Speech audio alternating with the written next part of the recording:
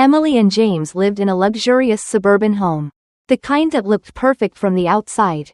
But inside, the silence was deafening. James, a successful businessman in his 40s, was always buried in work, early meetings, late-night calls, and endless business trips. Emily, in her 30s, tried to fill her days with yoga classes and book clubs. But the emptiness lingered. Their conversations had become robotic, quick updates about bills, groceries, and schedules. The spark that once lit their relationship had dimmed. Emily often found herself staring at their wedding photo on the mantel, wondering where the laughter and passion had gone. She missed the way James used to surprise her with flowers or plan spontaneous weekend getaways. Now, it felt like they were just roommates sharing a space. One evening, Emily prepared a special dinner, hoping to reconnect. She wore her favorite red dress and lit candles. But James came home late, distracted by a work email. He barely looked up from his phone as he ate, muttering apologies about a big project.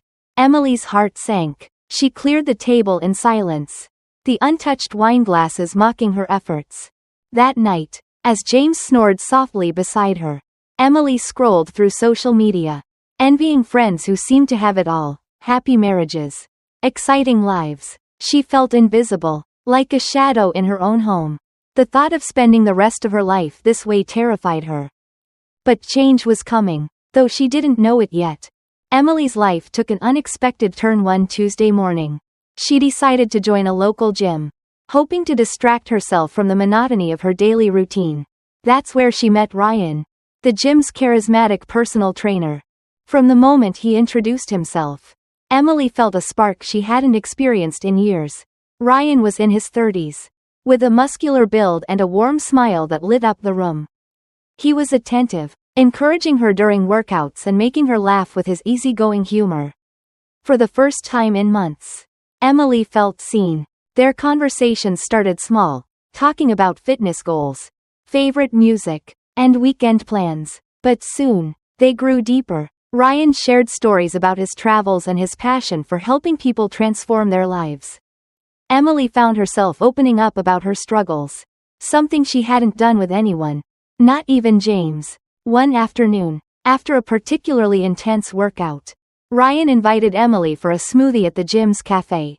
They sat by the window, sunlight streaming in. As they talked for hours, Emily couldn't remember the last time she felt this alive. Ryan's energy was infectious, and for a moment, she forgot about the emptiness waiting for her at home. As weeks passed, Emily found herself looking forward to her gym sessions more than anything else. She started dressing up a little more, putting on makeup, and even buying new workout clothes. She knew it was more than just fitness, it was the way Ryan made her feel. But deep down, a nagging guilt crept in. She was married, after all, yet, the thought of giving up this newfound connection felt impossible. It started innocently enough, a text here, a coffee there, but soon, Emily and Ryan's connection crossed a line neither of them had intended to cross. One evening, after a particularly intense workout, Ryan suggested they grab dinner instead of their usual smoothie. Emily hesitated but agreed, telling herself it was just a friendly meal. They went to a cozy Italian restaurant, the kind with dim lighting and soft music. Over plates of pasta and glasses of wine, they talked about everything: their dreams, fears, and the lives they felt trapped in. By the end of the night, as Ryan walked Emily to her car, the air between them was electric. He leaned in, and she didn't pull away.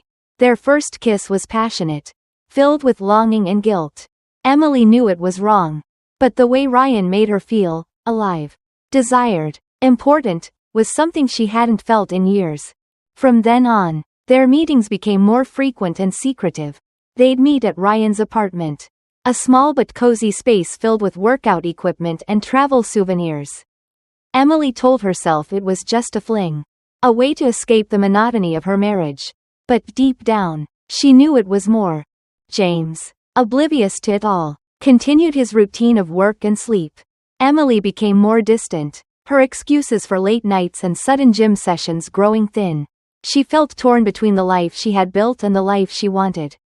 The guilt gnawed at her, but the thrill of being with Ryan was intoxicating. She was living a double life. And the weight of it was both exhilarating and terrifying. The truth always has a way of surfacing, no matter how hard you try to bury it. It was a Friday evening when everything unraveled. James came home early for once, surprising Emily with flowers and a rare smile. But his smile faded when he found her phone buzzing on the kitchen counter. It was a text from Ryan. "Can't wait to see you tonight. My place, 8 p.m.? James froze, his heart pounding as he scrolled through the messages. The flirty banter, the late-night plans, the photos, it was all there. His world crumbled in an instant. When Emily walked in, she knew something was wrong. James stood in the middle of the living room, her phone in his hand, his face a mix of anger and hurt. "Who's Ryan?" he demanded, his voice trembling. Emily's heart sank. She tried to explain, to apologize, but the words felt hollow. James wasn't listening. He threw the phone on the couch and stormed out, slamming the door behind him. That night, Emily sat alone in the dark, replaying the moment over and over. She felt a strange mix of relief and regret, relief that the secret was out, regret for the pain she had caused. The next few days were a blur.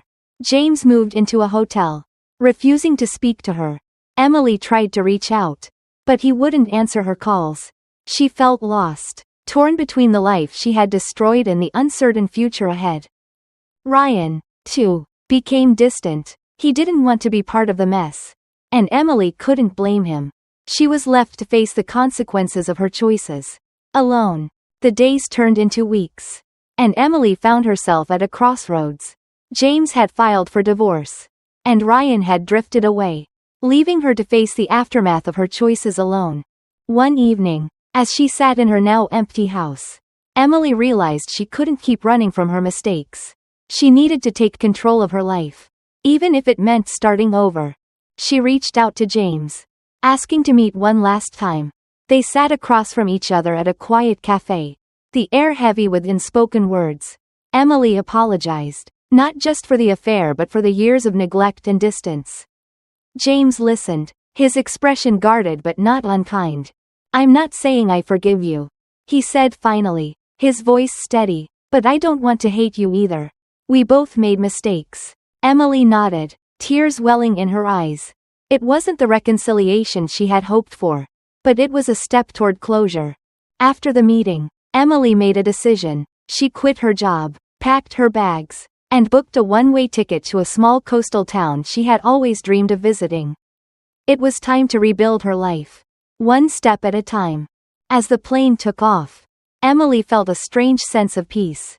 The road ahead was uncertain, but for the first time in years, she felt in control of her destiny.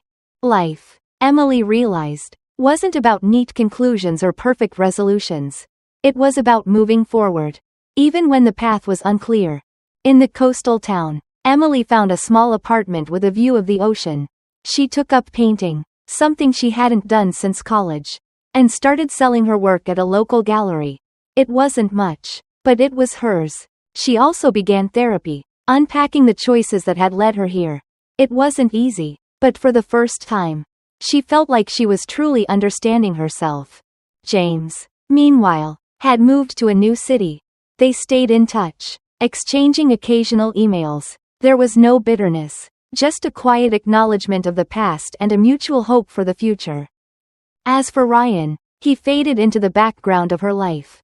Emily didn't regret their time together, but she knew it was a chapter she had to close. One evening, as Emily stood on the beach, watching the sun dip below the horizon, she felt a sense of peace she hadn't known in years. The future was still uncertain, but she was okay with that. She had learned to embrace the unknown, to find beauty in the chaos. Life wasn't perfect, but it was hers, and for now, that was enough.